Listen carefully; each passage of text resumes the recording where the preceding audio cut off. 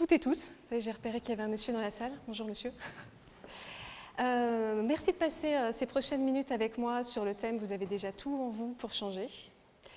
Et alors, histoire de vous connaître un petit peu, même si on n'a pas beaucoup de temps, mais est-ce que vous pouvez me dire s'il y en a parmi vous qui ont déjà effectué ce changement, qui ont monté leur boîte, qui ont déjà changé de métier? Il y en a quelques-unes, hein. Alors, est-ce qu'il y en a qui sont, mais alors à deux doigts de le faire, hein, mais qui se posent encore quelques questions, mais...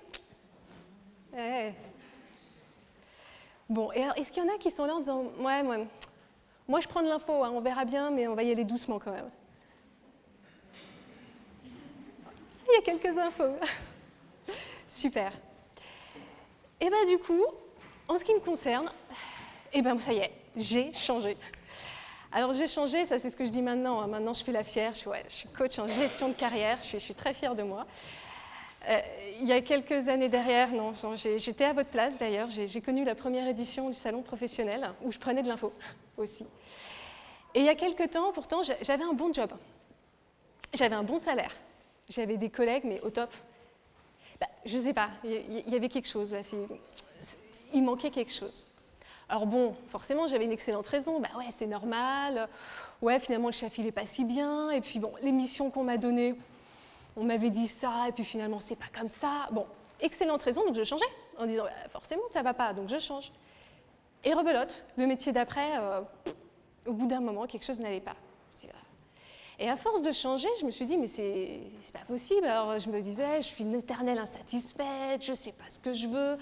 Et les gens autour de moi me disaient, mais t'as tout pour être heureuse. Attends, t'as un bon job, t'as un bon salaire, enfin, de quoi tu te plains? Ouais, de quoi je me plains? Je sais pas en fait. Après, les gens sont sympas, ils vous disent, écoute, c'est quoi tes passions? Qu'est-ce que tu as envie de faire? Oui, c'est quoi mes passions?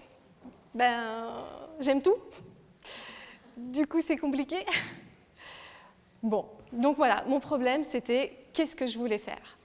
Alors maintenant, je vais vous la faire courte. L'idée, c'est quoi? C'est que j'ai passé des bilans de compétences, j'ai rencontré des gens, je me suis fait coacher, et merci beaucoup. Et grâce à ça, petit à petit, je me suis construite et je me suis dit, mais non, moi, j'ai passé une dizaine d'années dans le marketing industriel, sur les chantiers, dans le dur, avec des hommes. Yeah. Et je suis quelqu'un d'hypersensible, empathique. Du coup, voilà, ce manque, il était là, j'avais besoin d'un peu plus de douceur dans ce monde. Et donc, j'ai fait ma reconversion. Et je me suis dit, ouais, mais moi, ce que je veux, c'est de pouvoir aider les gens à gagner ce temps que moi, j'ai mis à découvrir enfin ce que je voulais faire. Donc, à partir de là, coach en gestion de carrière. Et je me suis rendu compte que découvrir ses passions, c'était hyper important. Et que c'est par là que tout commence. Alors, est-ce que certaines personnes dans la salle connaissent le principe de l'ikigai? Ah, il y en a quelques-unes. Ok. Alors, pour les autres, je vais passer, après mon histoire, je vais passer à la géographie, avec une petite île près du Japon qui s'appelle Okinawa. Alors, je ne vais pas vous demander qui a déjà visité Okinawa. Non. En tout cas, sur cette petite île, ce qui est génial, c'est qu'il y a un nombre de centenaires, mais alors... c'est incroyable. Alors, ils sont centenaires, ok, j'ai envie de dire, en France aussi, on a des centenaires, ouais, mais eux, ils sont quand même très nombreux. En plus, ils sont heureux et en bonne santé. Et là, ça fait des années qu'ils n'ont pas été malades. Et là, on se dit, c'est quand même un petit peu plus rare, ces cas de figure. Donc, il y a des personnes qui se sont penchées sur le sujet en disant, mais pourquoi eux? Qu'est-ce qui se passe? Alors oui, ils mangent sainement, oui, ils font du sport, mais quoi d'autre? Eh bien, c'est là où ce modèle est apparu. Alors, ce modèle de l'ikigai, sur le principe, c'est assez simple. Ikigai, sa raison d'être, raison de vivre, eh bien, c'est la réunion de 4 critères. Et lorsqu'on a ces 4 critères, on est bien. Facile, non? Alors, les 4 critères, c'est quoi? Déjà, c'est de faire ce que vous aimez. Donc, qu'est-ce que vous aimez? Et puis, tant qu'à faire, que vous soyez bon pour le faire, ces choses-là. On a déjà 2 critères. Alors, s'il y a un chèque à la fin du mois pour ce que vous avez fait, que vous aimez faire et pour lequel vous êtes bon, 3 critères. Et alors, la cerise sur le gâteau, c'est que si là-dessus, vous vous sentez utile, ikigai. Facile, non? Donc, 4 critères. S'il manque l'un des critères, c'est là où, en entreprise, on va retrouver des sentiments de je ne sais pas à quoi je sers. Ouais, ok, ce que je vivais finalement, j'aime ce que je fais, je suis payée pour le faire, je le fais bien, et il manque quelque chose. Je ne me sentais pas utile. Je l'étais, hein, je vous arrête, mais dans ma conception à moi, je ne me sentais pas utile. Il y en a d'autres voilà, qui s'ennuient dans leur métier. Donc à chaque fois, c'est l'un des critères qui manque. Du coup, je vous disais tout à l'heure, ce qui est important, c'est la passion. Pourquoi ? Parce que lorsqu'on veut changer, évidemment, il va y avoir des obstacles sur notre route. Il va y avoir des difficultés qu'on va rencontrer. Et qu'est-ce qui va faire qu'on va réussir à les dépasser ? Il nous faut de l'énergie. Et cette énergie, on va la trouver où ? C'est notre motivation. C'est tout ce qui va nous mettre en joie. Et c'est là où la passion est très importante parce que c'est là où on va retrouver toute cette joie, cette motivation, cette énergie qui va nous permettre d'avancer parce qu'on sait ce qu'on veut atteindre. Et dans ce modèle de l'ikigai, on se rend compte qu'en réunissant ce que vous aimez et ce pourquoi vous êtes doué, c'est là où on est dans votre domaine passion. Alors, qu'est-ce qu'on aime ? Je vous ai parlé au début du fait que je voulais accompagner des personnes à gagner du temps, ce temps que moi j'avais passé à me dire qu'est-ce que j'aime, qu'est-ce que je veux faire. J'ai trouvé un outil qui s'appelle l'outil des natures multiples, qui a été développé par Stephen Rudolph. Cet outil, il vous permet de découvrir ce que vous aimez. Il réunit 9 catégories. Sur ces 9 catégories, alors je ne vais pas toutes les passer, par contre, si vous êtes intéressé, n'hésitez pas, on peut en parler après. Mais pour vous en donner quelques-unes, vous allez rencontrer des personnes autour de vous qui adorent apprendre. J'adore apprendre. Et en plus, elles adorent transmettre. C'est faire apprendre aux autres, donner son savoir. Mais j'adore ça. Elles ont une nature éducative. Et on va avoir des personnes qui disent « Alors moi, il me faut des challenges. Parce que alors, sinon, je m'embête dans mon boulot, c'est une catastrophe. » Mais des challenges et en même temps, j'ai envie de prendre des risques, j'ai besoin d'excitation dans ma vie. Clairement, on a une nature aventurière. Bon, la nature serviable, c'est des gens qui ont envie d'être utiles aux autres. Mais ce qui est intéressant dans cet outil, c'est qu'il y a tellement de personnes qui disent « je veux être utile » et pourtant, ça se décline dans plusieurs catégories. C'est-à-dire, on peut être utile en étant serviable, je rends service, mais on peut être utile aussi en étant guérisseuse, où là, on est sur quelque chose qui est lié aux soins. Quelle différence finalement entre un psychologue et une caissière dans un supermarché ? Qui ont le sourire, s'entend, qui aiment leur métier. La caissière, elle, qui vous fait un sourire en disant « bonjour, merci, bonne journée », elle adore son job parce qu'elle a ce côté serviable en elle qui est très fort. Et le psychologue, lui, il a envie de soigner, d'aider, ou l'infirmière. Et là, on est vraiment dans le soin. Et si vous mettez le psychologue au supermarché, je ne suis pas sûre que ça aille. Et pourtant, il est utile.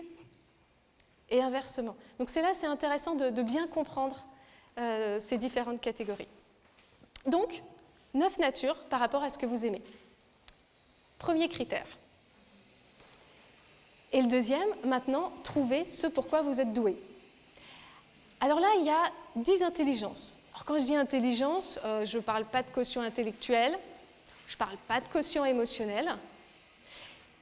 Je vais prendre un exemple tout simple, un sportif de grand niveau. Alors certainement qu'il a un haut QI ou pas, j'en sais rien. Peut-être qu'il a un fort quotient émotionnel ou pas, j'en sais rien non plus. En tout cas, ce qui est sûr, c'est qu'il a une forte intelligence du corps. Et c'est ce qui va faire qu'il va être bon dans son métier. Donc, on va avoir l'intelligence corporelle brute, donc pour ce sportif.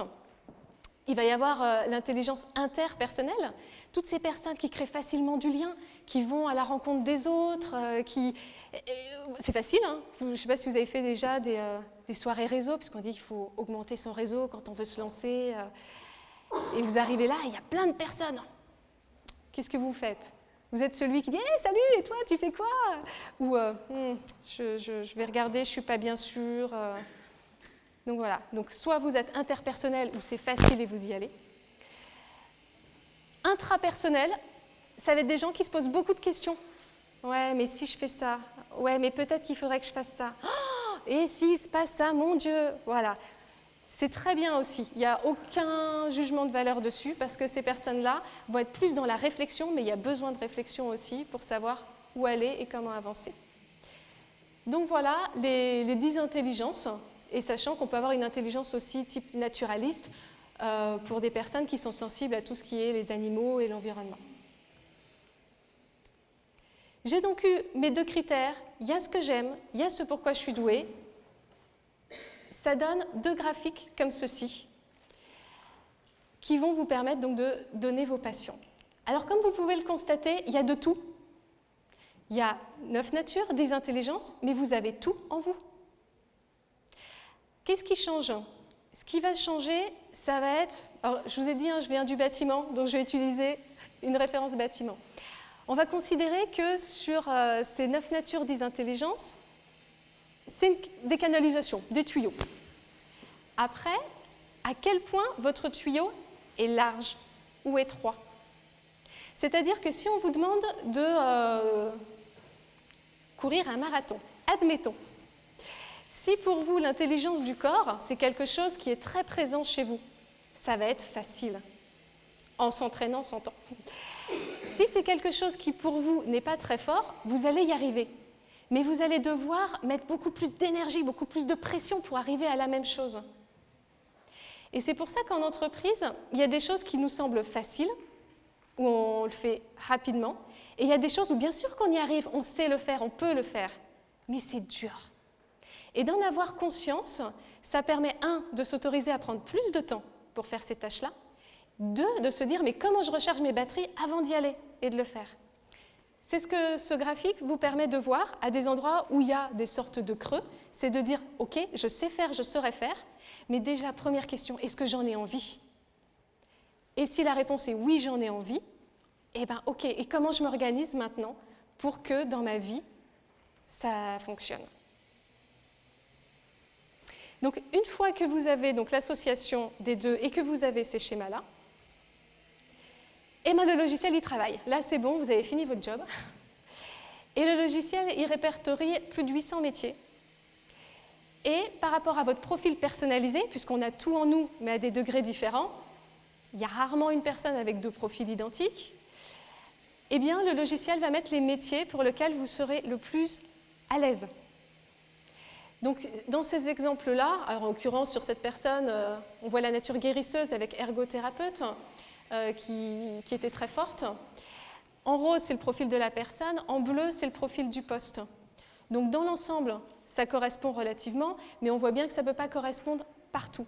Et il y a des moments où la personne, elle peut avoir une nature ou une intelligence... Pardon, j'ai touché. Vous m'entendez toujours? Oui. Une nature ou une intelligence qui est importante pour elle, et dans son métier, eh bien, peut-être qu'il ne l'utilise pas. Ce qui est intéressant dans ce logiciel dont je vous parle, c'est qu'on prend la personne dans sa totalité. L'idéal, on passe la plupart de son temps au boulot, c'est que le boulot, bah ouais, ça remplisse un maximum. Mais c'est un boulot. Qu'est-ce qu'on va mettre dans notre vie pour compenser le reste? Quel loisir, quelle activité à côté de mon boulot je peux faire pour me permettre d'être tout simplement bien?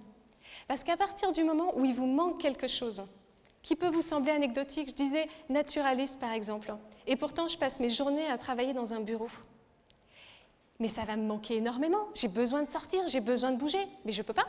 Mon boulot, c'est de répondre au téléphone toute la journée par exemple, mais j'adore ça, hein, mais il manque quand même quelque chose. Et si ça vous n'en avez pas conscience, eh bien, petit à petit vous allez sentir quelque chose où il manque quelque chose. Et là, l'idée c'est d'en avoir conscience pour se dire, bah ouais, mais j'ai mes week-ends et j'ai le soir. Et qu'est-ce que je fais?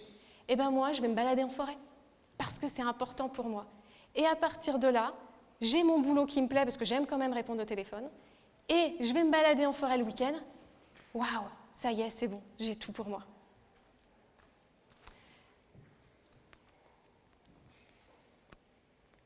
Je voulais finir par deux conseils. Premier conseil, c'est que les personnes que j'accompagne, souvent, elles viennent me voir en me disant « mais moi, je cherche ma voie professionnelle ». Et j'ai envie de leur dire « mais ce n'est pas votre voie que vous cherchez. N'essayez pas de regarder ce qu'il y a sur le marché de l'emploi et dire bah, « ça, je sais faire, alors je vais là ». Non, l'idée, c'est que dans tous les cas, quoi que vous fassiez, on l'a dit, il y aura des difficultés. Comment avoir cette énergie pour aller au-devant? Si vous remplissez les cases des autres, vous allez être dans l'effort. Par contre, si vous regardez ce qu'il y a sur le marché de l'emploi, si vous vous connaissez vous regardez ce qui va pouvoir rentrer dans vos cases à vous. Qu'est-ce que je vais pouvoir mettre pour satisfaire mon intelligence naturaliste? Qu'est-ce que je vais pouvoir faire pour ma nature éducative? Et là, ça peut être le travail, ça peut être le loisir, ça peut être vos amis, il y a plein de choses. Donc ce premier conseil, c'est vraiment, vous remplissez vos cases à vous, et ce n'est pas vous qui remplissez les cases de ce qu'il y a sur le marché de l'emploi. La deuxième, c'est suivez votre joie. C'est difficile, on est dans des moments où on se lance pas, j'y vais pas, je ne sais pas quoi faire, et j'ai pas la solution. Ben si, la solution, vous l'avez, elle est en vous. Alors déjà, vous avez tout en vous, on l'a vu, hein, toutes les natures et les intelligences. Mais au-delà de ça, cette joie, mais elle vous guide. Vous avez quelqu'un qui vous dit quoi faire. Et le conseil que je vous donne, c'est lorsque vous avez une décision à prendre, prenez-la tout de suite. Mais vous n'en parlez pas. Vous l'avez prise pour vous. Genre, je lance ma boîte, je lance pas ma boîte. Et bien aujourd'hui, je décide, ça y est, c'est bon, je la lance. Et j'attends. J'en parle pas, mais pour moi, je me suis dit, je la lance. Et j'attends. Une journée, une nuit, c'est bien les nuits aussi. Qu'est-ce qui se passe? Oh, oulala, je suis stressée. Oh mon Dieu. Ah non, non, non, je peux pas, c'est pas pour moi, je peux pas. Ok. Eh bien, on prend la décision inverse. Je monte pas ma boîte. Et on n'en parle pas. Et on attend. Une journée, une nuit aussi. Et on attend de voir. Est-ce qu'on se sent mieux? Ouais. Eh bien, c'est peut-être ça la solution. Si on ne se sent pas mieux, là, on va voir un coach quand même, qui va vous aider à comprendre pourquoi ni l'un ni l'autre ne va. Mais l'idée, c'est que vous preniez votre décision pour vous et que vous écoutiez votre juge intérieur qui est de dire « est-ce que ça me convient et qu'est-ce qu'il me faut ?» Et si c'est OK, tout le reste peut se travailler. Je veux la lancer, mais j'ai peur parce qu'il y a ceci, il y a cela. C'est pas grave. Là, il y a des coachs, il y a des choses, on va vous accompagner pour ça. Mais l'idée, c'est est-ce que j'en ai envie? Est-ce que ça me met en joie? Voilà. Merci à vous.